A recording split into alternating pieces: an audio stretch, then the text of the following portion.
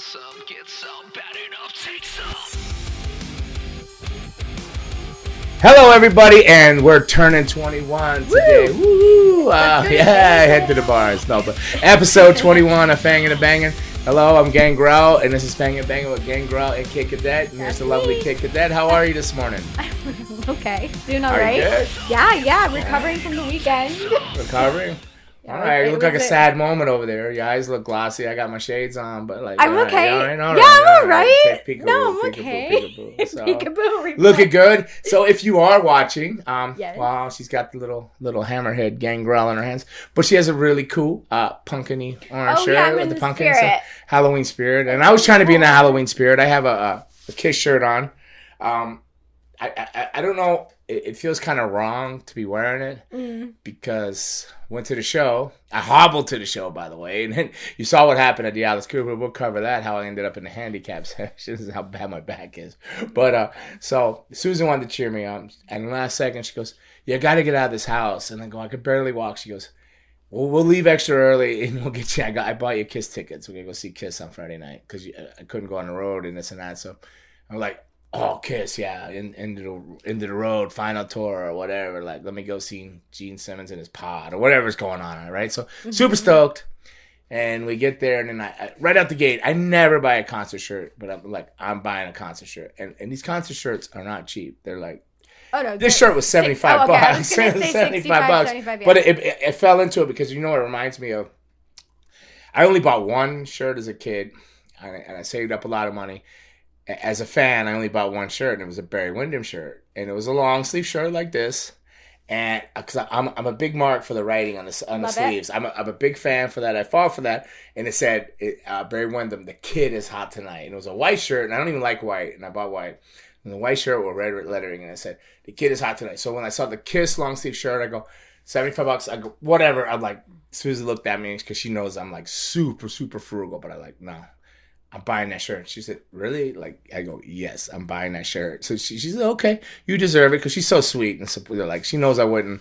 But so I had my flashbacks to my very first wrestling moment where I bought my first piece of merchandise, and that was a Barry Windham shirt. But I was buying the Kiss shirt because I had the same feeling then as I did there. I got to have that shirt, and I wore the hell out of that Barry Windham shirt. But so I get the shirt and everything, pumped, and I buy it right out the gate. Now usually I will buy something leaving the concert because I don't want to carry it around, or I'll lose it, and if I'm drinking or whatever. So, but this one though, fanboyed right out the gate. Boom, got the shirt. Get to the seats. Shirt. I'm all pumped, waiting to, I'm not, the painter guy's cool that they have opening, but whatever. I could have missed it, and I wouldn't have been all sad or anything. But we were there. We made it, and get down on the seats, and then like the thunder and the lightning. And then next thing you know, everybody from the lawns, can you move into the pavilion? So you got the pavilion, you got this little bit of overhang because of lightning. And they cattle herd everybody that's in the lawn seats. So this is a Kiss concert, so it's full to capacity. Mm-hmm. So they jam all these people in there. So I got people, I literally got asses in my face. Like, I feel like I'm sitting in an aisle seat on the airplane and everybody's standing up like to go to the bathroom, and there's just like farting, drinking, spilling beers all over me. I'm like, oh man, this is a Kiss. If it wasn't a Kiss concert, I'd just like give up and leave. Or if I would have bought one of those lawn seats for a cheaper price, I would have left. But Susan paid for this, and I know they're pretty dear. The cost. I know she spent some money on these, and so sitting there. So ultimately, we sat there till about 10 or so p.m. and then they go. And then poor Paul Stanley and them, they come out and they did come out? They come out on stage. "Hey, everybody! We're all dressed up," and in his best. I love listening to Paul Stanley because I just go like right to New York. We're all dressed up. We're upset too. People are booing. Please don't boo us. And we're ready to go. And and in my head, I wanted to like yell at everybody. "Hey man, you know how hard it is for them? They were sitting there." Just like I would at a wrestling show. I don't want a show to cancel because you got to come back and make that data.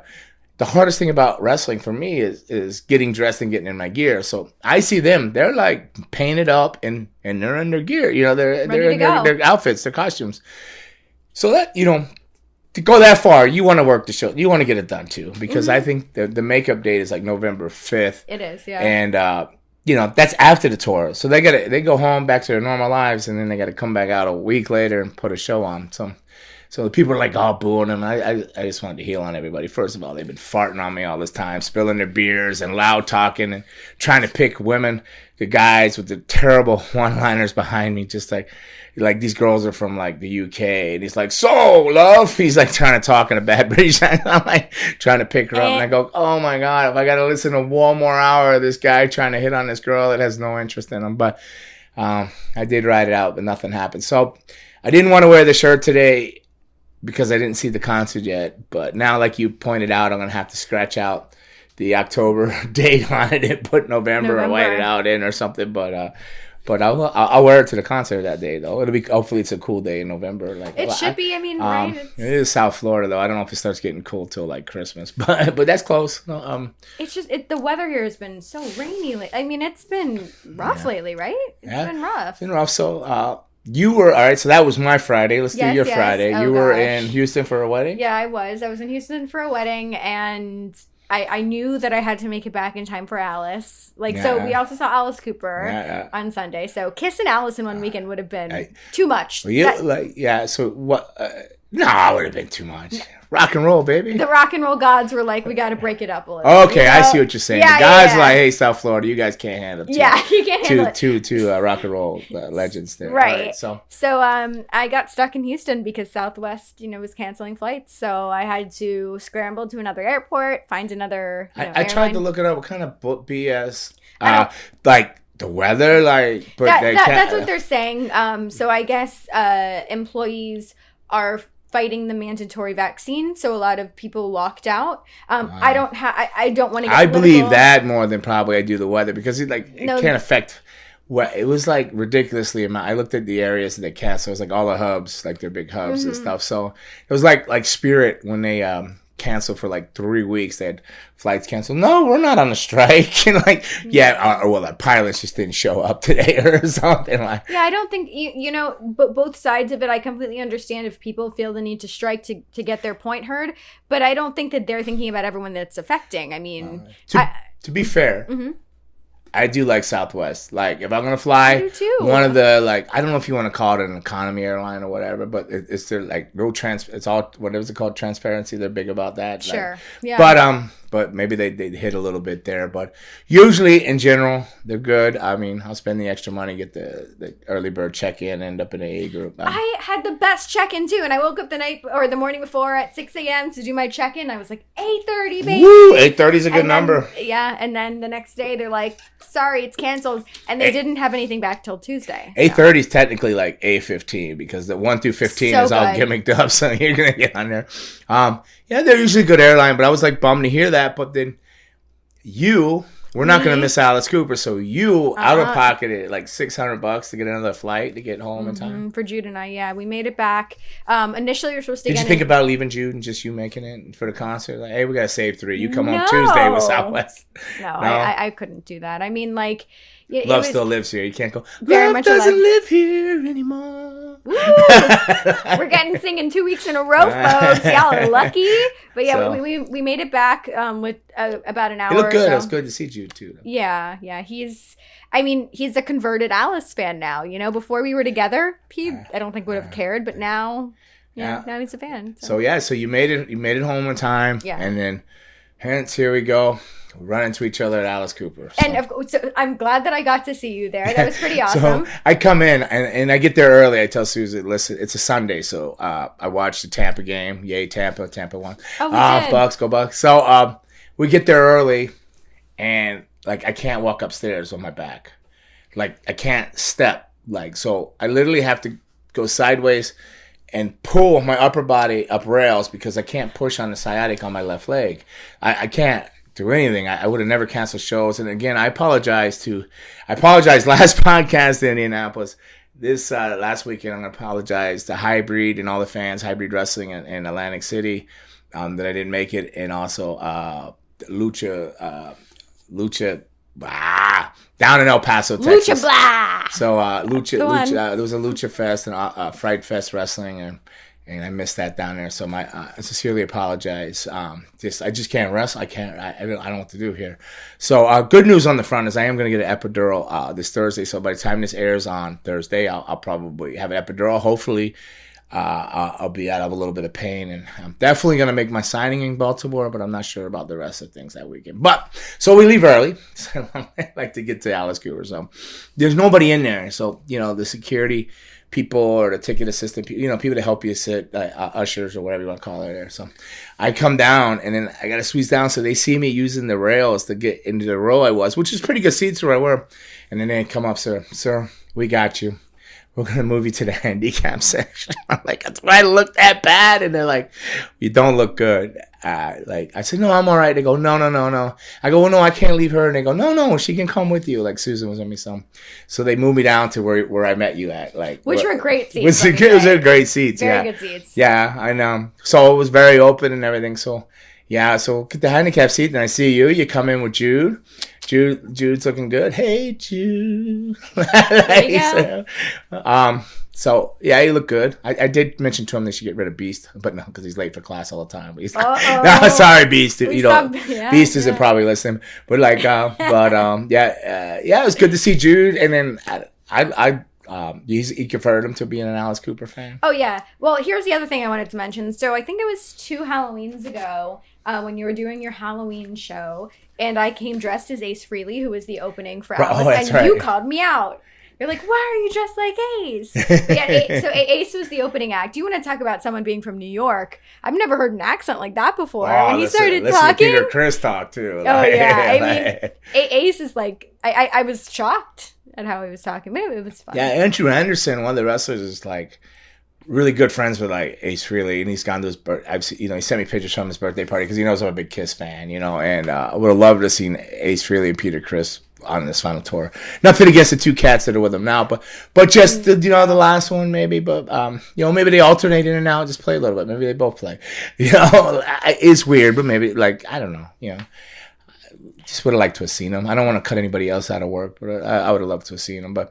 And I go, oh, I'm here. He goes, oh, if you're with me and you had your vaccines and your shots, I could get you backstage. I go, well, I have my vaccines and shots. He goes, but you don't have me. I'm like, boo. I would have loved to have met Ace Frehley. Yeah, they were in a bubble, though, because... were they doing that, yeah? Yeah, I was talking to a couple people from... I'm friends with, people from Alice's band, and, Ryan Roxy, I guess, spotted me in the audience. He's like, you're here. And I'm like, yeah. Well, I'm going to say, I could spot you from where I was sitting. You're sitting down, but your hair, and you I could see you perfectly. Even in the sea of people as they stood up, and you're, short as hell, I still see you, But yeah, so Ryan Roxy spotted me, and then I was talking to the drummer, Glenn Sobel, who is... Alice's band is the best band in the world. I don't know, they were rocking. And like you mentioned before, Nita is amazing. Oh, man. I just couldn't take my eyes off her. She's playing. She's a megastar. She was up and all over that stage. It was tremendous, yeah. She eats up the stage. I mean, yeah. She stood out, by far and above. And, it was cool that, like you mentioned, Alice lets her shine and stuff like that. But shit, man, how old is he? He's... Alice, 74? The flip! Just getting in the 70s and he's still out there doing it, still costume changes. Killing it too. And then, he walked upstairs on stage. I'm like, oh man, I couldn't even get upstage. I'm only 52 and I can't even get up the steps to the concert. And he's running up there to slice a neck and come down or whatnot, amazing. Or whatever happened up there. And I think it was Jason. Jason slashed the one girl. Yeah, slashed the one. Who was the girl that they slashed? It wasn't the same. His wife? No, that wasn't his wife because his wife was the other one. Yeah, Cheryl was Mrs. Guillotine. Now, I don't want people to take this wrong. What? Was she black? Okay, so the girl that got her neck sliced? Yeah. So what is with every black girl dying first in a horror movie? Okay. So this is a horror concert, and she gets her neck sliced first, by Jason. The story with her is very interesting. Okay, so her story, the girl, I think her name is Mia. Mia's father is Alice's manager, Shep. Okay. And Shep adopted Mia and her siblings, and because of Alice and Shep's relationship, I mean they're like family. Mia now is part of the Alice Cooper tour. She's with him on every show. She's toured with him. I mean it's she does awesome. All kinds of stuff and has that little part there. Yeah. She just comes out and dies first, and I go to Susan, I go, did they just kill the black girl first? Is this every horror movie? What is that like? Is that what happens? I don't know. Come out, she runs, she goes up the steps, she comes out, she backpedals out, she runs up there, and up there, and then they slice the throat. She takes a little bump down, and hides, but you can still see the white shirt. But like, it was an amazing show. And then that was his wife that guillotined his head off. Oh, that's my favorite part. When I see him get into the straight jacket, I'm like, here we go. I don't want to say it, but somebody else is a converted Alice Cooper fan sitting in this room now. Who? You? He goes, yeah, he's dope. He's dope? You like it? What song stood out to you? The act, I think. Oh, the act. His character. Oh, yeah. His character. Yeah, like he comes out, like he goes, hey, Raymond said, is that just a Halloween show? I go, no. And he said at the end of the concert, he is Halloween. Oh, he's thinking of Halloween. He goes, I own Halloween, you know? And my favorite thing, though, is like Alice Cooper, like plays Alice Cooper. And so like at the end of the show, he always is like, and Alice Cooper played by me. You know, it's like he puts on this persona. I think people have a hard time separating Alice Cooper, the man, from Alice Cooper, the character. Because when he's up there, he's like, snooty and he looks down on I'm just obsessed with him. I can't like I was showing off my tattoo like casually to everyone sitting behind. I was like but did you have a favorite song that he played? Probably Feed My Frankenstein, right? The opening, right out the gate, the whole opening monologue with the curtain and welcome to my nightmare castle, blah blah blah. That. So I was thinking, if my back doesn't get better, my back doesn't get better. I was thinking like I have enough accesses for like shows. Like I got one show left in South Florida this year, and that's gonna be at the Kelsey Theater. So if you're listening to this, hopefully I make it there at the Epidural. If not, I'm gonna be there, and I'm gonna find a way to entertain you all somehow, even if I can't wrestle. And I was thinking I'm gonna steal the whole Alice Cooper deal. Oh, okay, what are you gonna do? So I'm gonna get me a bloody bride. My ring music will come. I'm available. All right, so I'm going to get a bloody bride in a dress running out while the music's, and my opponent's like looking at the bride. She's mesmerizing. Then I'm going to pop out, stand, and then two dudes will come out around me. Wow, while he's looking at the bride, I'm going to Alice Cooper one dude in. He's going to go in and he'll get like taken care of by the guy I wrestle. Boom.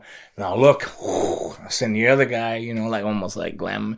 They go in there, blah, blah, blah, blah. He has a little more struggle, but he gets him out.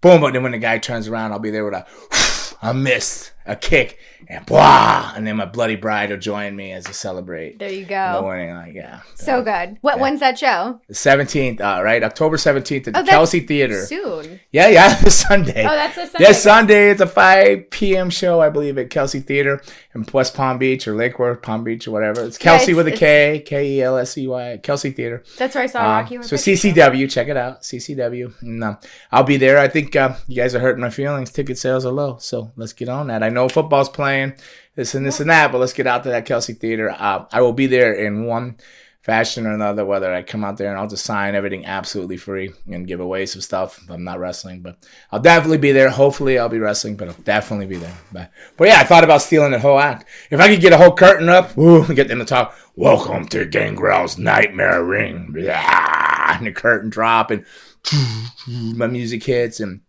come out.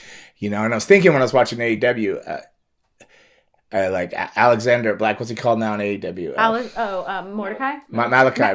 Why can't I ever get what's it he called? right? Malachi Black, right? So he does a thing. He comes out. They had a guy do an open challenge. Everything goes black on the guy, which is cool. Kind of like reminded me of Brood stuff. Comes up. There he is standing behind him. Very creepy, very scary. He sprays a black mist. I would like to say that was me, but Muda did it before me. Kabuki did it before him. The Kendo Nagasaki. A lot of people have done the mist before, just me, you know. So these are all tributes. But that was a very cool thing. The only thing I didn't like about it, if you guys are listening and you're watching AEW, is like, when the lights went black, I think either the guy should have disappeared and Malachi stood. But I don't think he should have talked and said, I accept your challenge. Because I think it took away from it. I think when it was black, comes up, he's behind, black mist, kick, boom. It went black again, but I think they should have all disappeared. I think that would have been dope. Body gone, Malachi gone. I think they try too hard to incorporate too much things sometimes. Sometimes less is more, especially with a horror character or a darker character. Because like the more you talk and everything, you kind of expose yourself and people's imaginations and could do our imaginations. Like think about being afraid in the dark or something.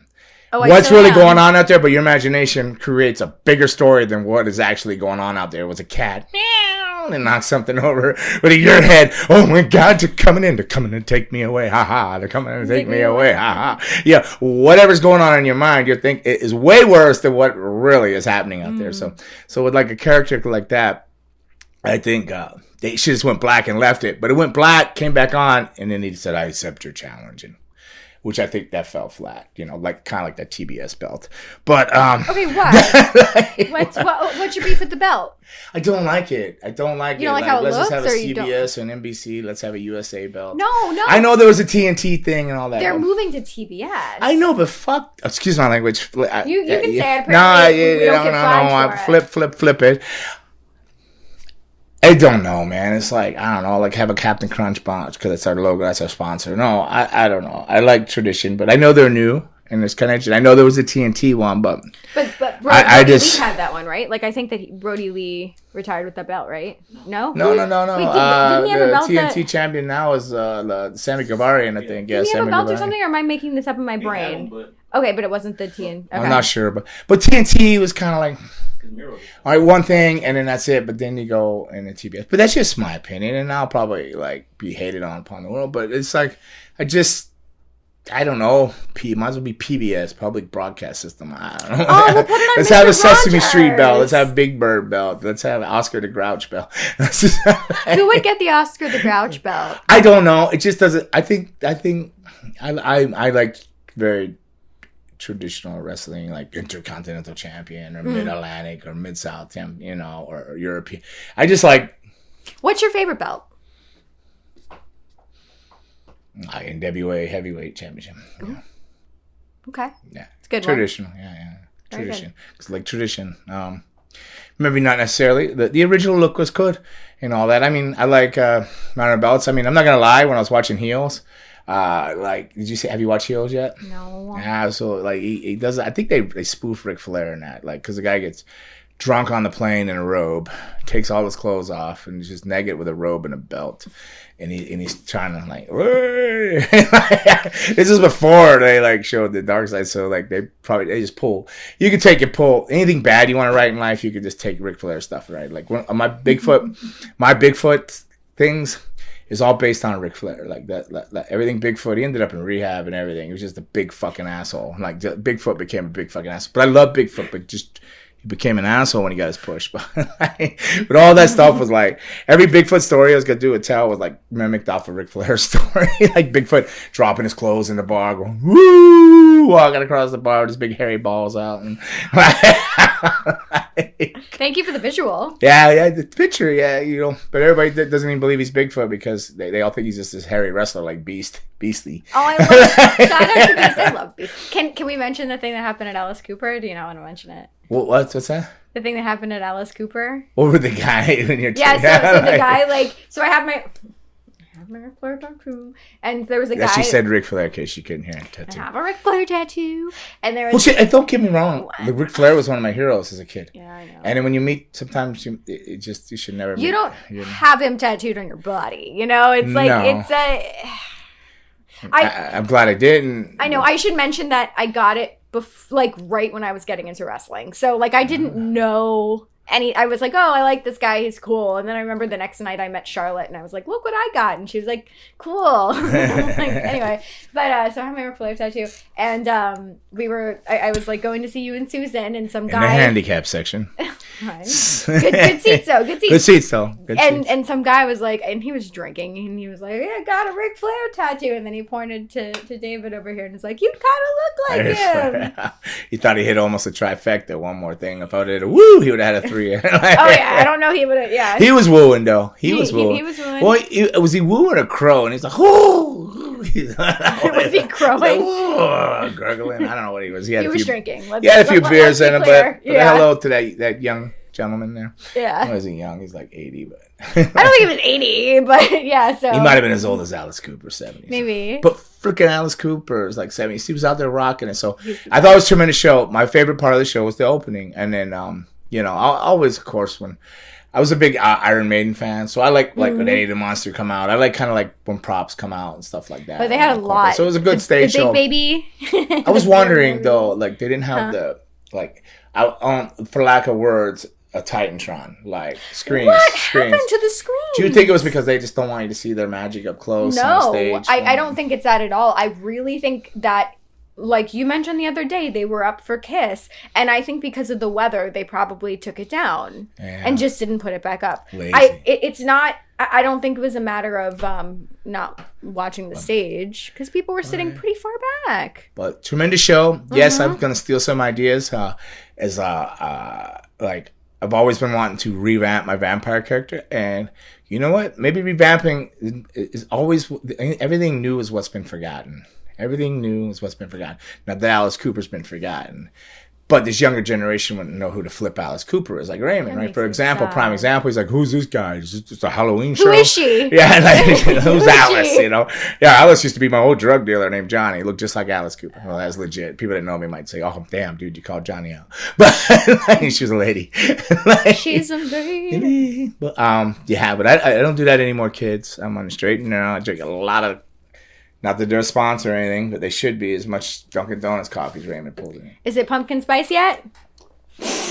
No. I would be spraying it like my spray if it was pumpkin spice. Oh my God. No. It's just a good old bitter coffee with some 7 and 7 or something in it. But, the hell was I saying? Yeah, but only thing new is what's forgotten. And he changed something, 10% in its original again. So, amen. I'm thinking I'm going to bite a lot of stuff off Alice Cooper. Right? And I'm going to make my act, even if I got to lose money on my bookings, to add other people that are at a show and carry the props myself and pay for an extra bag. I may turn it into more of a visual stage thing and compensate that with time and body and put more of a show on, because I think it's just as entertaining. Now, I'm not saying comedy. Don't get me wrong. I did not say comedy. It'd be a horror, like somewhere in between Alice Cooper, Rocky Horror Show, and like. I'm thinking Bride of Frankenstein. Bride of Frankenstein. Monster. But no, putting on the Ritz. Okay, that's Young Frankenstein. That's the dance I did at my wedding with my dad. We did Putting on the Ritz. Oh my goodness, that's Young Frankenstein, right? Yeah, my dad was Frankenstein's monster, and I was Jean. But okay, cool. That was our weekend. And anything else happened? Like that was it. There was something else I was gonna. Oh, okay. So I think we should talk about Thursday because I guess this is dropping the same day as Thursday. Thursday. Day of Judgment. I know you're a little nervous. Well, but I think you don't have a reason to be. Well, I'm nervous because, even like Rob Van Dam or whatever. Look what, like, I didn't say anything along the guidelines of Tommy Dreamer, but like when you do an interview, and like Raymond's very smart. Raymond here, this guy Raymond, our producer. Shout out to Raymond. Like, so when I've done other interviews for things, Raymond will have me come here, and then Raymond films me doing the actual interview, so you have evidence of how your interview went down. And these guys promised me, no, they weren't. They were pro, like, to make Luna. We're talking about the Dark Side of the Rings coming out Thursday with Luna Vachon. Today. But this Thursday, if this show's airing Thursday, it's today. All right, so yeah, I worry, because the creative editing could be like people. Once you sign a waiver and you put your stuff out there, it's out there forever. But when you sign a waiver, they can do whatever they want with it, and they can edit it. And people are really crafty with stuff like that. I'm not saying that's what they're going to do. By no means am I saying that. And they promised me they wouldn't do something like that, but promises, like handshakes and promises aren't what they used to be. But they seemed really nice and everything. But yeah, I'm a bit nervous. I did put I was very honest. Very, very honest. I didn't hide anything. And I probably told some things that I don't know. I guess I'll have to watch the episode and see if they even put it out there. I told some bombshell of things that people don't know. And so I'll have to wait. And then we'll follow up on this next episode. After we'll do a follow-up review of that Dark Side of the Ring. I suppose we have to because I'm involved in it and terrified of it. But you think I'm going to be all right? Did they feed you anything to say? Were they like, hey, say this? No, they asked a lot of questions that I just didn't feel was... I didn't tell them a lot of things. I didn't tell them about her pulling a gun and shooting it on me or threatening it. I did all that because I guess I didn't think of it because like there's not enough time for me to give an 18-year relationship to them. There's not. You gave the highlight. There was not a boring day, but I didn't give him some of the extreme ones because to be honest, I just didn't think about it. It wasn't that I was hiding it, or I wouldn't say it here. It wasn't that I was hiding it. They're actually funny stories because I lived, and like we lived through it and survived. But other people would be like, "What? She pulled a gun, was going to shoot you in the back of the head, but shot it into a wall, and all you did was turn the remote up." Like, and she goes, "Yeah, I don't care if I kill you or me." Like, nope, turn it up. But that's how that's how bad it had gotten, and both in working and and I guess you would call it the line, in public lives, it's insane. The drugs, rock and roll, the lifestyle was out of hand. Our relationship was out of hand. It's craziness. So, but I didn't even tell him stories like that. So, but I told him honest stuff. But there was so much in so little time. Like I was there it was supposed to be 2 hours max, maybe. But I was like 4 hours later when I walked out of there. And then when I talked to the guy, he goes, "Oh, this should have been a 2-parter. Like it's so hard to fit so much in 44 minutes. Like because she's had a crazy long life, in wrestling. So much to be told by so many people. So we'll see. I'm a little nervous, but that's today, this Thursday, I suppose, Dark Side of the Ring. But I don't know if I want to be pushing it, but it's out there. It's out there. Seen the previews, and they interviewed her son, Van. I seen. It was good. I see they interviewed Cactus, Mick, or Jack, whatever you want to call him, Mick Foley. And I know he was very kind and supportive of her. He tried to help raise some money and for some stuff after the house fire, which she passed shortly after that. But he's a tremendous human being and out there. He's always trying to give back. So, and Penelope Paradise, which is she was a local wrestler down here in Florida. Did a lot of Florida stuff with Luna, tagged with Luna, worked against Luna, and now she's and has a great normal life with great kids. She married a wrestler named Steve, Party Animal Collins, Steve Wiley Sachs. Great guy. So she's got a good life. They interviewed her because she's got a lot of ties with Luna, a lot of stories. So should be an interesting episode. I seen the Medusa, Alondra Blaze. Oh, she's in it. Okay. Oh yeah, her and Luna had such a rocky relationship. I mean, I was right there through the Joe Goodhart days. Like Tim Hirschman. He's a photographer and all that up in PA area. And he sent me pictures yesterday. He goes, "Do you know who in Luna's family would want this?" Like, so when Luna had Joe Goodhart, it was a hair match against Medusa. And where Luna got her hair cut. So she had it in a Ziploc bag and she signed it to Tim, whatever, Luna, and gave him like her locks of hair that was cut and a couple pictures she took with him. And I go, send them to her son, Van. I mean, I'd say send them to Josh, but I'm not sure what Josh is doing. But Van's more stable of an address, I believe. So I said, yeah, reach out to the son, Van, and send him to him. So there's so much history and so much history between the two of them and legitimate locker room fights and stuff and whatnot. So it should be a very interesting episode. Hopefully it's a kind episode. I know you got to go through the ugly to get to the truth. They don't call it the dark side of the ring for nothing, but I still insist that we need a bright side or a sunny side of the ring.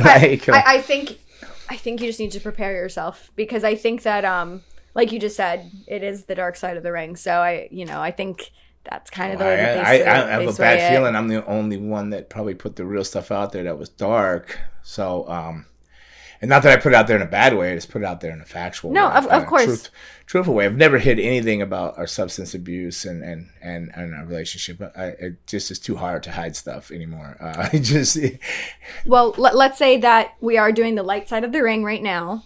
What is something that you just want people to know about Luna in a positive light that we can shine upon her? It's funny. I think that might have been one of their questions. Oh, okay. Yeah. Well, I don't mean to spoil it. No, I can't remember. I did an interview so long ago. I still have my own wrestling school and everything else. Everything has changed in such a short time. Well, not a short time. It's been a while ago. She's just she was a beautiful, amazing person with the biggest heart in the world. She's gone through so much from being abused sexually as a kid by wrestlers, being raped, being bipolar, schizophrenic, just coming up. But her heart was the biggest in the world. She would give you the shirt off her back. The only problem is a minute later she'd claw your eyeball out of or something. She's a giving, caring person with so much love. But unfortunately, wrestling was like a cancer to her, and it ate her alive, and eventually consumed her. So, but she was a beautiful person. Yeah. Oh, yeah. Man. Crazy. Well, I'm looking forward to watching it. And she has 2 great sons, and so she did that great too. So she got 2 great kids, Joshua and Van. Van's doing great. He was on a couple Hell's Kitchens. Oh, really? Yeah, he's oh on my the God, Hell's how funny Kitchens, is that? right? I love that show. So he's on that one season, and he's on there, and it's like the first or second episode. You've watched Hell's Kitchen? I've seen it, yeah. So you know how they do something, and they go to the back, and they're all talking amongst each other, right? And so, Van, there's no hiding it. He's done a little time and stuff for fighting and stuff. Very, very physical. He's in shape, too. A great kid. I love him to death. I consider him my son as well. So the episode airs, and people start calling me, hey, we could tell you raised him. Well, what happened on it? They were backstage, and the guy started like saying somebody told or gave some, whatever it was, but in so many words, like right here on like TV, he's like, what? You think I did that? I'll make you suck my dick, bitch. Blah, blah, blah. Whoa. And they're calling me, we can tell that you raised him. I go, that is not me. But I guess I have a mentality that I go like, kind of like, where I grew up, I don't know if you want to call it hood or anything, but I go back to that kind of like language and stuff, and I do say stuff like that, but I never. What is this? Human Centipede 3? That is so Luna. That's not me, like, so Luna, not me, Yeah. So, but he was on there and he did well, and I think Chef Ramsay liked him a lot, and they brought him back. I think he might have been on an All Stars thing too, and I know he came out some. But he's doing great. He's just he's got a baby now, another baby. He has two kids, a daughter and a son. He's a chef in Connecticut, lives up in Connecticut, and he's doing really good, great. So hopefully this is all positive spin because he loves his moms, and Josh loves his mom. So hopefully this doesn't do a lot of damage. Hopefully bring some closure and stuff like that. Maybe people understand her more now. Maybe the people that didn't understand what was going on, that might have met her or seen her some things, maybe they'll understand more what was going on. So to Luna. Yeah, there you go. To Luna. Mm-hmm. So that's today, Thursday, if this is dropping, yeah. So, all right. So on and on. So you like the TBS belt? Yeah, I don't have a problem with it. I mean, like any belts. You didn't think it looked weird? TBS. It didn't bother me. Okay. First thing I seen in my head was like PBS. Like I don't know why. Like. So I think I liked the idea behind the belt. Like I don't really care what a belt looks like. I'll be honest. I'm not like, oh, what a gorgeous belt. But it was the lettering though. Because it's like blue, right? I don't know. Well, no, not the blue. I didn't like the TBS. Okay. I just like that they're introducing another women's belt. So that's cool. Yeah, that's cool that it gives more brackets and things for women and stuff like that. I just don't know. Maybe I'm being judgmental. Maybe I got to look at it again. Maybe I got to look at the whole tournament and digest it all in. It just seemed. It's branding. It's branding, like that's all that it is. It's just, here's our product. Here's our new channel. I mean, the belt was shiny, pretty. It did have a little blue thing across the bottom, but no, the belt itself wasn't. It's just me trying to get used to the TBS champion. NWA or let's even a company I'm with, CC.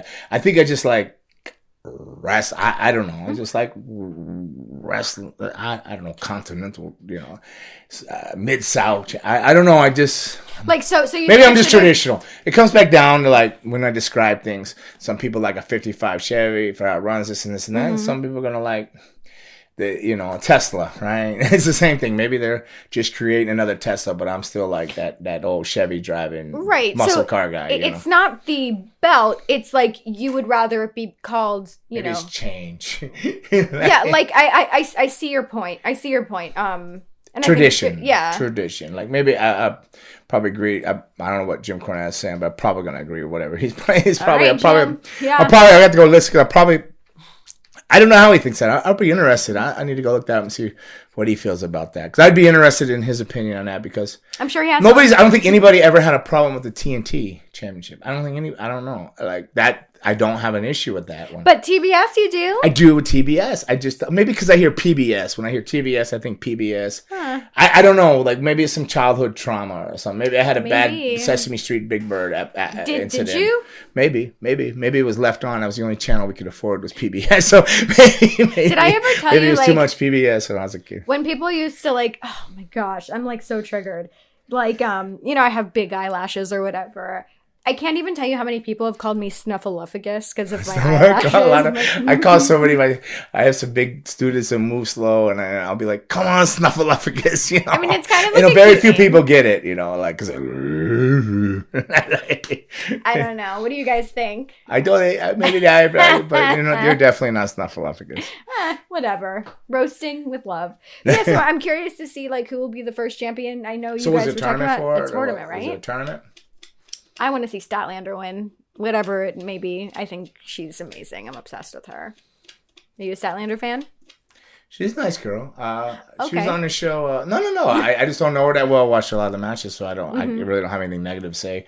I've been in the locker room with her, and she was nice. I could say that. I haven't really seen a whole lot of her matches, but yeah, she can work, and she's super unique, and like you said, kindness goes a long way. So. So there's a tournament for that, and then speaking of it, there's WWF or banned word. Get the panda with the chair. Banned word WWE. I'm still one of those dudes that you're allowed because like that was your era. You know? They have a tournament now too for that Crown Jewel thing. Yeah, with the girls, and I don't know if the guys are in it, but I know there's a tournament with the girls. And I was like, I saw Doudrop, which is like code for like lesbian, right? Like, but Doudrop. I think so, but she's married to a man. Like that's just so like this is just some of the silly shit. I don't know if that's her idea or their idea, but whatever. But I'm not a big fan of it. But that's just my opinion. Not her. She's fine. The name, like, but it's different. She worked. Who did she beat? I just saw the match. I can't remember. You were talking about it earlier. Yeah, she beat somebody. Raymond help. Might have been a roll up or something. Tony Storm. No. Tony Storm got beat by. I can't remember nothing. But whatever. I was a little upset Tony Storm won because I'm a Tony Storm fan. I think Tony Storm. Natalia. Natalia beat her. Yeah, she beat Natalia, which I felt bad for Natalia because I feel like Natalia is like Owen, like you know Owen Hart, rest in peace. I think Natalia has fell into that Owen bracket. Like maybe it's not the curse of the Hart family because Bret Hart had hell of a run, but Owen, like I felt was cursed for being too good.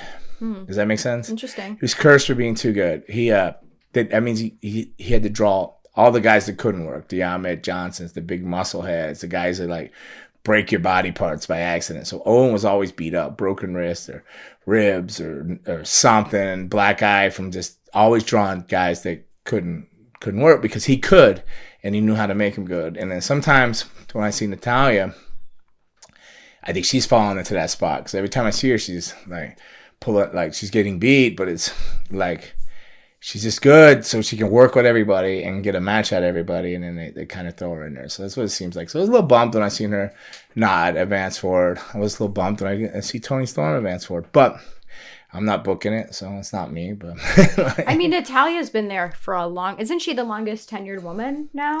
I mean, she's been there forever. I mean, like she's had her runs, and I don't think that it's over for her. I think she's so consistent, and like you said, anyone that has a match with her is great. So yeah, I know. I think she's just falling into that like she's too good spot, like end up putting everybody over that's not so good, to make them look good. Because they beat Natalia, you got a credible win, like let's put it with Natalia because she'll have a good match, and Natalia that's a credible win, like so then you end up with a million losses, which unless you're in AEW, the wins and losses don't count in WWE, so that it doesn't matter. You could have a 30 match losing streak and be queen of the ring the next week. You know what I mean? It's TV. It's magic. So anything can happen. I think AEW they count the wins. They give you like a record of wins and losses. They treat it more like. Which I'm gonna tell you, I did watch some AEW, and and best thing about AEW is Dan Lambert. Oh, yeah? Yeah, American Top Team. Right out of Coral Springs, Florida here. Right out of South Florida. I believe he's the best heel there. Okay. Best heel. Has the most legitimate heat coming out. But at the same time, I think it kind of, like he has Junior Santos or whatever, and he's a lot of MMA guys, and they're coming in and mixing it up with the AEW guys. So I would say it like takes credit away from MMA, but then you got Brock Lesnar that does back and forth, you know, Jack Swagger that goes back and forth. But I guess they're doing an angle with Jericho now. Jericho's very smart to keep himself in everything that he knows is going to get over with. Like I noticed that he's the craftiest guy in that company because he's the only guy who knows what the fuck he's doing. Excuse my language, but he's the only guy that knows what the flip he's doing there. So he keeps himself involved in all the like angles. He can see what's going to work and not work. Clearly, he sees what's going to work and not work, and Jericho makes sure he's part of it. I think he's very smart, very wily. He was at the Alice show. He's very wily, huh? He was at the Alice show. Was he? Yeah, in Tampa though. Oh, in Tampa. Yeah. Oh, yeah. So he's very wily. He has good love for music, and but he's like went from heel to babyface. They're all singing a song, even on like they cut the music so Lambert could do a promo, and the fans sing a song still out, you know. But Lambert, man, America top team. I believe they have the most legitimate, credible heat in AEW, man. They're like true villains. They're like old school villains, and I'm digging it.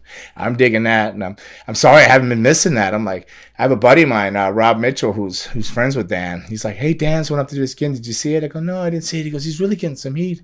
And I go, I didn't see it. I think he gets heat because he really doesn't care about wrestling. So he just comes out there and shits on it. And that's like legitimate heat. He just comes out there like, this stinking piss hole of a town, Philadelphia, like whatever. Yeah. So he's got legitimate heat. It's funny enough that it's a non-wrestler and non-wrestling people that like got the most heat. But they have Scorpio Sky with him, so like he's mixed in their entourage, so he's the legitimate wrestler. But yeah, that's my favorite thing about AEW, just from my glances and short watches of some of the recent stuff. Yeah. Did see a CM Punk interview. Yeah, and. Yeah, I was a little confused. I don't know if he botched up, was being funny or sarcastic when he said, I'll just buy you all like cheesecake or is it cheesesteak? You know, because it's Philadelphia. You know, they're known for their Philly cheesesteaks. Are you a cheesesteak guy? Both.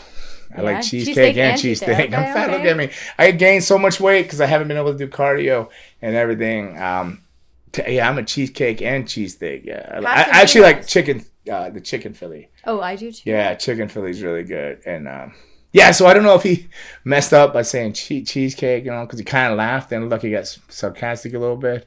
But then he went in. He said, "Hey, I'll buy everybody a cheesesteak, or I can wrestle. Which one do you want?" Like the cheesesteak. Me being a foodie, I'd have been cheesesteak. I'll see you wrestle 2 weeks from now. Cheesesteak. I want a free cheesesteak now. I'll gladly pay you tomorrow for a hamburger today. You know. So he did that, but I guess that's to set up a Rampage match or something. So Friday night, that must have happened, or did it happen already? Might have happened. I don't know. I don't have my DVR recording Rampage. I gotta go do that. It records Dynamite and NXT Plus or 2.0 or whatever it is. Oh my gosh, you hear all the rumors flying around there? What? So, well, it's Vince and Johnny Ace is kind of taking it over. Mm-hmm. Like, I hear that they're like, everybody, if you got gray in your hair, you got to get rid of gray. You got to cut your hair. You got to like look young. They want everybody looking dapper and young. Like everybody, top to bottom, not just a wrestler. You know? Really? Yeah. Everybody, it seems kind of like changes on the way there. So I don't know what's gonna happen. Okay, so according to our producer Raymond, he's saying that a lot of so we're talking about the hair changes, and he said that Vince McMahon really wants us to be a hip, edgier show, more edgier than Raw or Smackdown or whatnot, and that's why the women the young ladies are dressing the way they're doing, and I guess there's this change on the horizon here. Whatever. So we're gonna have to wait and see where NXT 2.0 goes. It's funny that an 80-year-old man wants it to be more hip. Yeah, make it more hip. So he's got to have somebody advise him. I mean, I think Hunter and Stephanie would have been more hip. They're current, you know. But who knows? Maybe maybe it's a lot like me, to be honest. When I was running my stuff, I would say I want people to do this and this and that. But at the end, I was a control freak, and I just did it. I did it all. So it could be something of that nature, or maybe he just really feels it could be more hip. I don't know. So. I have to check it out. But yeah, I met a few of the NXT guys this weekend. I can't remember their names. I was at a charity to raise on Saturday, so it's quite busy for a crippled guy. She used those words lightly. I'm just down and out. I'm not crippled, but severely hurting. I can't. But I did make it to a thing. They raised the red meat lovers. You know, I took Susan to an event that was sponsored by the red meat lovers, people that eat steak. She's a vegan. She's a vegan. So I took a vegan to a red meat thing. So they had these tomahawk steaks and all this stuff and sushi. You know, it was like a really good event. But they raised money for Haiti. They built houses in Haiti. Oh, that's wonderful. So Lakai was there, although he missed a big speech about what they raised in money. I said, Lakai, you're the only French Creole Haitian dude here, and you missed the whole speech for your country. He goes, my girl took a while to get ready.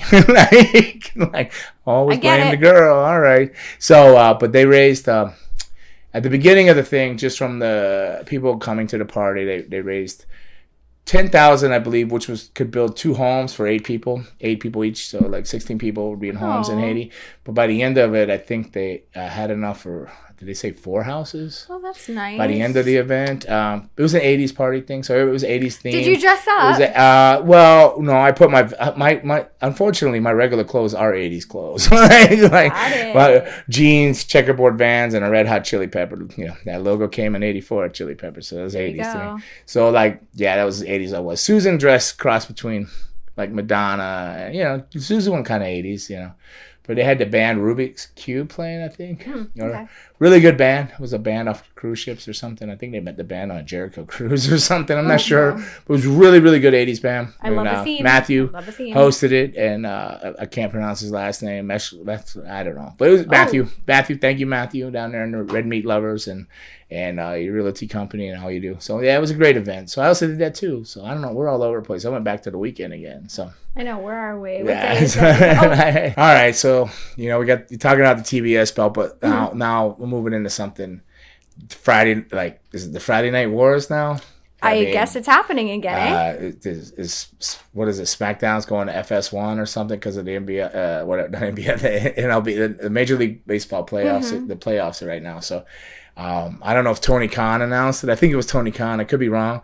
They said, "Oh, the Friday Night Wars, and they're gonna beat the WWE." So, but I don't know. I was watching Dynamite, and if they don't get their I don't know.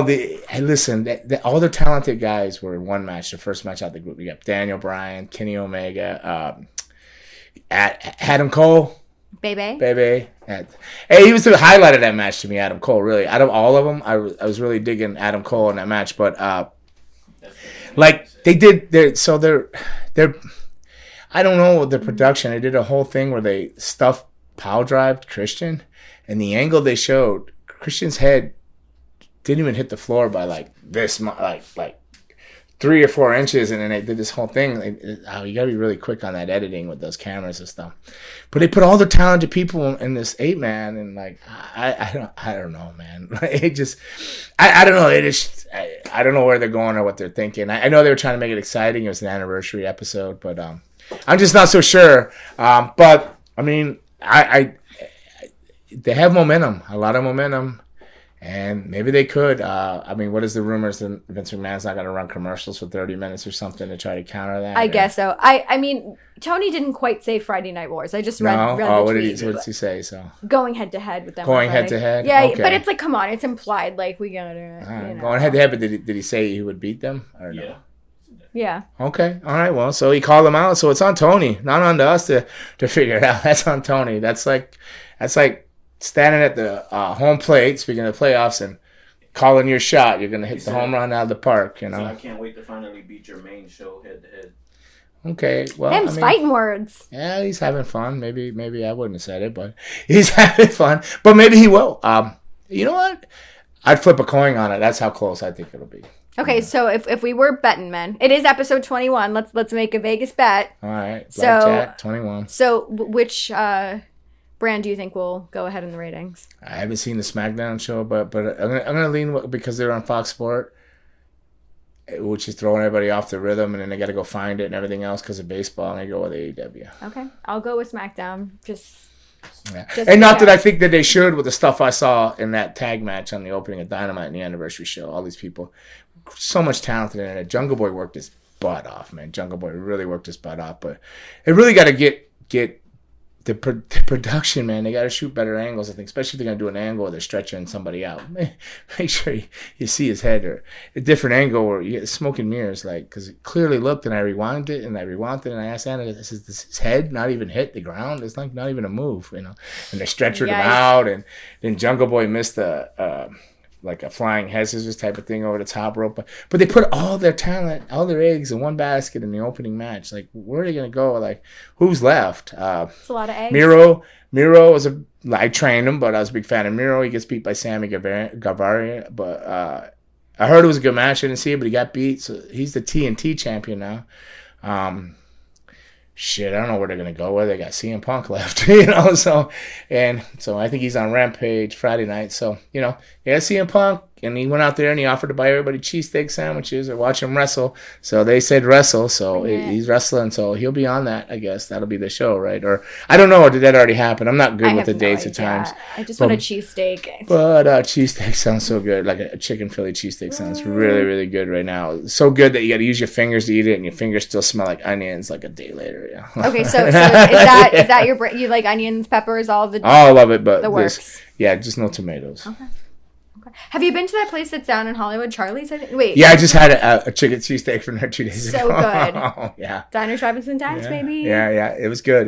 So, so we got Friday Night Wars. But I guess, I don't know. You made your call. I made my call. Mine was on a coin flip. It was an invisible coin flip. So I saw it. You saw it. And I said heads, and it landed on tails. So tails it is, AEW. So, all right. We'll see what happens, guys. All right. So now I think it's What's in the Box time. What's in the box? All right. As you can tell, my meds are working a little bit better than last week. Like, hopefully everybody can hear me on the mic. You know, that one red bearded guy that complained. You know who you are. What's in the box? Oh, we harmonizing? There's a lot of stuff in the box. There's a lot of stuff in the box. Yeah, he has no faith. We're going to be here for a while. The format through. He throws all these questions in there and try to fit them. We're not going to be here a while. We're running out of time. We appreciate that you guys are asking your questions, so please keep asking them, and they'll keep I see him because I'm going to have to figure out how to get them out of my regular email, because like now I'm missing all kinds of stuff, like important stuff, because there's like lots of questions coming in there. So wow. I gotta learn to have a couple emails. I just can't remember passwords for all these emails. Oh, so I feel that. Anna says you got notes for it. That's what notes are for on an iPhone, but like I just can't figure it out. Well, this is a novel. Okay. Hey, Gangrel, that's you. Hello. Just wanted to know your thoughts on John Carpenter's Vampires. Personally, I think it's one of the best vampire movies ever, and it's not discussed enough. Love watching you guys every week. Keep up the good work. At Frank Bungle. Oh, our buddy Bungle. All right, Frank Bungle. Our boy Bungle. So, Bungles. I believe that James Wood's in it. James Wood. It's good. John Carpenter's Vampire is good. You know, I truly overlook it too. It's a solid vampire movie, and it's in the top 5.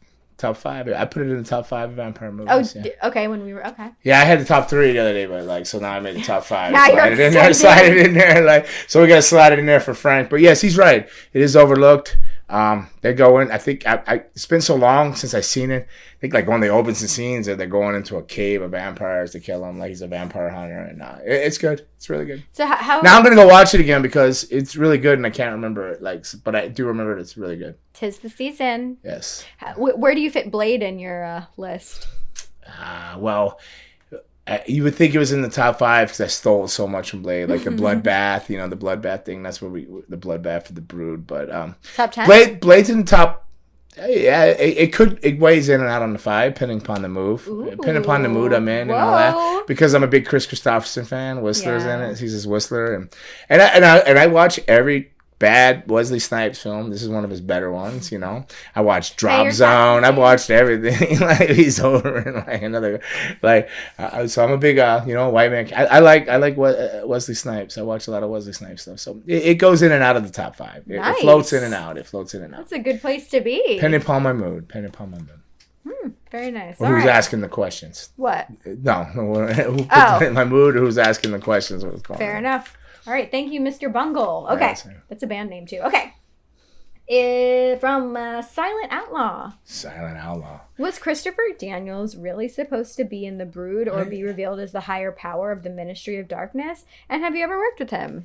He was going to be the higher power of the Ministry of Darkness? I don't know. That's what's in the box. Higher than Vince McMahon or Undertaker? Never. No. Yeah. Yes, maybe. No, he was thought of for the Brood. He was up for it, and then I believe Edge slid Christian. Out? Yeah, Christian in the back door. Christian got him out. So Edge proposed Christian, and so he was. They did talk about the fallen angel, Chris Daniels, being there, so he very well could have been. Was it the right decision to go with Christian?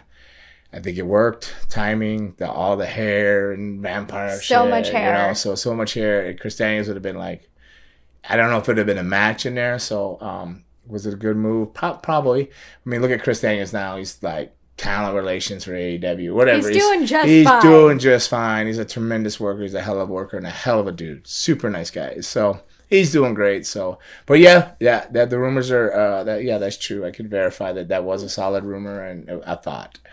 Did you ever work him? Have I worked Chris? I'm not sure if I worked him in Cali or not. You would think people can remember things, but I don't remember everything. You've had so many matches. But I do believe that I think I've been in a match with Chris Daniels. I do. I just don't remember it. Okay, I'm sure people in the comments will. He's so good. He's so good. He's so good. All right. This is from Jasmine Santana. Jasmine or Jaws? Is it? It's spelled Jozbin. Oh, Jasmine? Jasmine. Jasmine, I apologize, but I think it's Jasmine. Okay. Jocelyn. Jocelyn? Raymond, what is written on here? Is it Jocelyn? Oh, I don't know. All right. Okay, but anyway. Well, Miss Santana. So they were saying that you're one of their favorite wrestlers in and out of the ring, and you spent a lot of time in the UK. Can you speak of what it was like and how you were treated your first time being in the UK? And also, what are some of the bad habits you had to break while in the UK? Oh, what are the bad habits I had to break in the UK? I don't know. I love the UK. I consider Birkenhead a second home. I almost moved there. I almost thought about packing up shop in the States and living in the UK. Get along with everybody. I love everybody there. What bad habits did I had to break? I'm not sure what you mean by bad habits. Wrestling habits or manners, because in the UK there's not a whole lot of manners. They're like a bit more wide open in the UK than they are the States about a lot of things. Bless you. Thank you. A demon just left your body on Halloween. They say every time you sneeze, a demon leaves your body. I'm not sure if I had to break any bad habits. I think I developed a lot of bad habits in the UK. Wrestling habits. I don't know. Like I can only go wrestling habits because I don't know. Like personally, so wrestling habits. I think the UK helped me. Like James Mason personally, who's a tremendous talent over there, helped me. I break a bad habit of my pinfalls and how I would cover. Like the British cover a very particular way. They make sure your shoulders are pinned because that's actually what's down your shoulder blades. Your shoulders are down, so your chest, and your head up. They do a lot of covers where your face is up and the crowd and the cameras catch you, but they have you pinned down. So they're very particular. If you don't have the shoulders pinned down, they will do stuff where they just like raise. If you can see me, I know a lot of people listen to Spotify, but if you see me, visualize this. So if you visualize me, I'm laying down. Somebody's laying across me, but they're more across my sternum than my chest and shoulder area. So if you leave one shoulder or even both shoulders uncovered, which a lot of people do sloppy covers, I see a lot of sloppy pinfalls in the United States, and the UK broke me into the sloppy pinfalls. Is if your shoulders aren't covered and you're covering the sternum area, they just like kind of like do the Bryan Danielson. Yes, they lift one finger up and raise the shoulder off the canvas, and you're like kicking out like he kicked out strong, but they really just burying you because they just lifted one shoulder with ease, like very slightly so everly on the one count. They just lift it up like it's pretty much a way of saying, "Hey, douchebag, cover me properly," you know. So covers, my pinfalls and covers. I really stepped my cover game up. So if you watch my earlier stuff in like the 80s. And then even some stuff through the 90s and a couple pinfalls like in the UK, not UK, WWE. There were some lackadaisical covers that were like kind of shitty. They were terrible covers. And then the UK I didn't go to and have a career over there until, I wrestled in the UK with WWE, but I went after I was let go. So I spent like 18 straight years through my last years after WWF or WWE. It was in the UK, but my pinfalls have totally changed and how I train my students and I teach pinfalls and covers. Like a lot of people, like some of the very first drills before they even learn wrestling moves, are working on kickouts and covers, because those are very, very important. So that's a habit. I definitely had to break a bad habit over there, if that's what they're asking. So pinfalls and covers. So I cover pretty much British style covers now, like, which are legit covers. You got to really work out of them. So kickouts and covers. I like that. But I love the UK. Miss it. I'm hoping to get back there in February with the borders. I'm not sure. I know I'm going to Romania in March still. I know that's on. Looking forward to that. Going to Transylvania to the castle and all that. And I think I'm going to drop down to Bulgaria for a visit because it's so close. And I'm going to crash maybe Methodi, crash his parents' house or something for some homemade wine or something over there. I don't know what they do over there, but definitely going to bring some warm clothes, and I'm going to watch out for real vampires over there. So, so hopefully I get to the UK. I love the UK. Tremendous people. Love everything about it. Not a bad memory at all. Like this, it's just probably the best times of my life are in UK, wrestling wise. Yeah, wow. And with the camaraderie of everybody over there. Yeah. Awesome. Ready for the next one? Yes. All right. This is from John M. And first, they wanted to say thank you for answering their last question. They enjoy the new segment. What was the new segment? Oh, up there with the erase somebody from history or whose power team will win or something. Undertaker. We get it, Raymond. Okay. Can you both name your favorite female wrestlers in terms of in-ring work? Well. Sure. Go ahead. Okay. Now, so the first person that I'm like, boop, comes to mind, right now. Okay, guys? This is on the spur of the moment.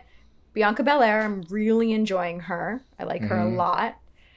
I've always loved Lita, so I'd have to of course, give a shout out to Lita, and maybe thinking of people from AEW. I mean, once again, I guess I really like Chris Statlander. So, well, probably got to throw people off, but I'm gonna go with a Leilani Kai or a Judy Martin from back in the day. I mean, it wasn't very glamorous, although they were the glamour girls and stuff, but it was very solid work. And so those would be my old school ones. Newer wrestling, it's a little hard because they're all over the place. I'm trying to break down the styles as I watch it as a trainer. It's hard to watch it as a fan, and then what's going on. Lita was always solid, but I'm gonna go with Molly Holly. Ooh, great choice. Molly Holly. Great I'm going to go with Molly Holly. And, I don't know if she's still considered current, but she's borderline right there. But I'm going with Molly Holly. It's a great pick. I don't think people would disagree with you. And I also heard she's a wonderful woman. She's a tremendous human being. I would love to meet her. Tremendous. Oh man. Yeah. Okay. Good answer, Raymond. What about you? Undertaker's not female. Yeah. I used to like Victoria. Victoria. And Michelle McCool. All right. Great picks. Molly Holly all day. Molly Holly. Yeah. Man, it's a good answer. Okay. I still stand by mine, but that's good. Okay. This is from Lex Alley. Were you ever asked to be in the Brawl for All matches? What does it say? Brawl for All, probably. Okay. And what was your initial reaction about hearing about it? I was just signed, at that time, coming back in. Steve Williams we were both on the All Japan tour together, and he was coming back as his first gig. There was the Brawl for All, which turned out bad for him eventually. It didn't work out. He pulled a hamstring muscle and Bart Gunn, I guess technically knocked him out. The Brawl for All, I asked to be in it. They told me no. Yeah, I wanted to be Brawl for All, but you. Yeah, I was like, I'll do that. I was just signing. I'll do the Brawl for All, and they're like, no, you're gonna sit home for a year and do nothing. That's when they told me I was gonna sit home. And I was super bummed, but I was willing to be in it. Hell, I mean, I don't care. I've had my butt whipped, so what's one more time? I'll go out there and do it. It's a good payday. Jump right into the main roster, but probably wouldn't have been so good for me because nobody would know who the hell I was. So I think maybe that's why they said no. I don't think they believed I could win it or anything like that. I believe they thought Steve Williams was going to win it all the way, and then Bart Gunn surprised everybody. But yeah, I think it's just because they didn't know who the flip I was. David Heath or this Vampire Warrior or what is this guy, coming into the Brawl for All. But I did ask to be in it, and they're like, no. I was like, boom. Do I think it was good for us or bad? I don't know. I'm trying to remember when I watched like the Dark Side of the Ring episode on it, but I don't know. I remember just feeling really bad for Steve Williams because he looked after me, in Japan. To this day, I probably would have been dead if it wasn't for Steve Williams, because so I personally got a bond with him. So when I went back to All Japan, like I had a WWE, I did the dojo with Dory Funk and all that. So it was like a week or two. I can't remember. You go to Stanford and they put you through all this stuff, and you go in there and you're training, right? All the people that potentially want to look at. Like there was no NXT then, so like they just did these like 2-week or week-long camps or whatever they were. I can't even remember. But you got to train at the gym right there in Stanford, and they had rings and stuff like that. So I'd go there and I put my time in there, and it was funny because like the whole time I was there, they never asked me about me or anything. They would always be like, "Oh, would you hire Andrew? What do you think of Andrew?" It was Test. Like, oh, I think he's got a lot of talent.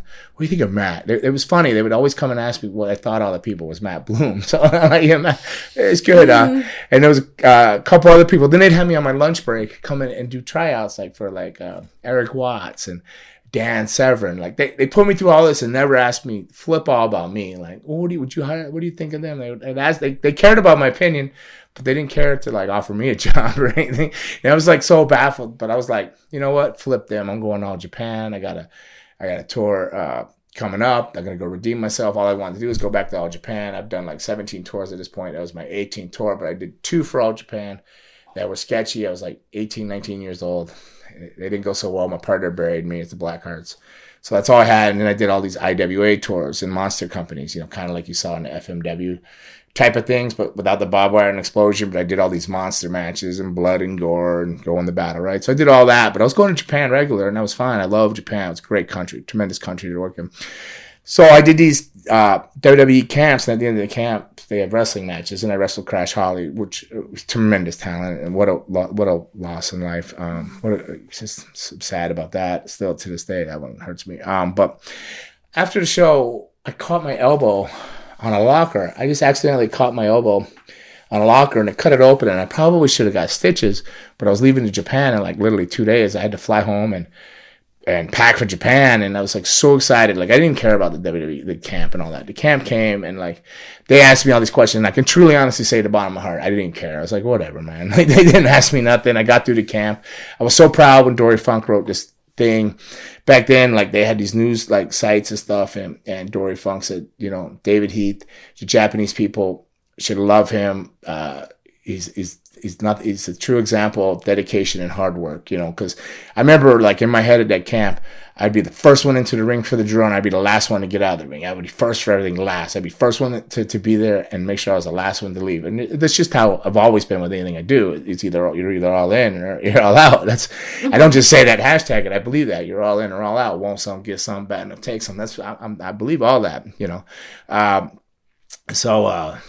So I was just stoked to go to All Japan. I was like super happy. I wanted to go redeem myself and show them I was in shape. I had abs. I wanted to go show them I growed up and I can, I belong there. This is where I want to be, All Japan. But I cut my elbow on a locker. And so didn't think anything of it. Just wrapped it up, cleaned it up, home, packed, crossed the pond to Japan. I get there and they say, you're lucky. You're just going to be in like, the second and the third match, I don't worry, an easy tour. So basically they were like, don't get your hopes up or not. It's just, you're in there, you just filled in. I don't know how I got on there. Johnny Ace of all people is one that booked me for it. So I get there and somebody's flight doesn't show. Much like how I ended up with the WWE tryout, Brian Christopher's flight didn't show, and I ended up working Taka and did my DDT, that Impaler, and Vince McMahon said, who's in there? And they said, David, send him to the camp. So same thing in Japan. I go there, somebody's flight didn't get in, and then I ended up in the semi-main. And I worked, and they were like, the next night I was semi-main again. So I never worked like third match. They ended up tagging me with Bobby Duncan Jr. And eventually at the same time offered me a year contract to be with Bobby and be like the All Asian champions and have a good run for a year, which I was over the moon and super stoked. But then WWE offered me a contract at the same time, like only because I think Johnny was liaison between the two companies, and he knew that Bob offered me one, so he told Bruce, and then they came back. Hey, we want to hire him, so whatever, yada yada yada. That, but let's get back to what we were talking about. So I went over there with this cup on my elbow, and you know, where I would eat, and some of the places I go maybe weren't such the cleanest places. You know, drinking beer and whatnot over there. Not being bad or anything, but I think on one of the bar counters, I picked up an infection in that thing. So I didn't think nothing of it, right? So, you know, one weekend, I'm not thinking anything of it. Going into the second week, I believe, I'm like, oh, my arm hurt so bad. It was like swollen, and I was looking down, and my fingers were like looking like little sausages, like Vienna sausages. They were like swollen, and like, remember Steve Williams going, bro, hey, there's something wrong there. I go, no, I'm fine. But every time I would land, I would take a clothesline or bump, like my arm just felt like it was going to break off or something. I didn't understand what was going on. It was like all red. My arm like was all red going down to my wrist. And then like Steve Williams, Dr. Death is like, hey kid, you need to say something at the office, man. I think that's some serious shit. And I'm like, no, I'll be fine. And I went another couple of days, and then there was this red line running up my arm here, like, and so he's going, hey, did you say anything? I go, no, man. I finished this tour, man. I just got back here. I'm not letting these people down. I'm gonna finish this tour, and I'm doing my job, and I got offered a job. I'm super excited. Like, you know, well, I didn't get offered a job yet, so didn't even get offered it yet. So the next day, the referee Joe shows up. Davison, let me see what your arm. Like, Steve ratted me out, like in a good way. He was looking out for my health. Right. So he says, hey, we got to go to the hospital. Like, you know, as best as I can understand it, they take me off to the hospital. And it's scary to go to a hospital in Japan. You know, you're like, what? Like, what's going on? You know, it's like, so this doctor is actually smoking in the hospital, and he looks at everything, and he goes over and talks to the ref, and he's over there, and the gaijin, and like, was foreigner, you know, they're talking about, you know, and he's doing like a hacking thing at his thing. He's doing a hacking thing. Oh, like they're going to hack up your arm? Yes, yeah. So like, he's over there, and Joe's arguing with him, and he comes back. Davison, bad news. Like, bad news what? Like, we have to take your arm or die. I'm like, what? You're saying, yeah, they wanted to amputate my arm right then and there. I had to go in for like an amputation of my arm because I not only had blood poisoning, staph infection, but that line was running up, and they said if it would hit that gland in my armpit or wherever, that would have been it. That'd have been it. And they needed to amputate my arm now. I'm like, no. He goes, yes. I go, no. He goes, yes. And then he goes back over to the doctor. I'm telling him, I said, no. And I can hear, he's this Dami Gaijin, which is like stupid foreigner or something. Like, he was going on. He's smoking a cigarette this whole time. Like, his ashes are falling off on the floor in a hospital. I'm like, oh, hell no. This dog ain't chopping my arm off. And like, he comes back, Davison, danger. You die. I go, then I die in Japan.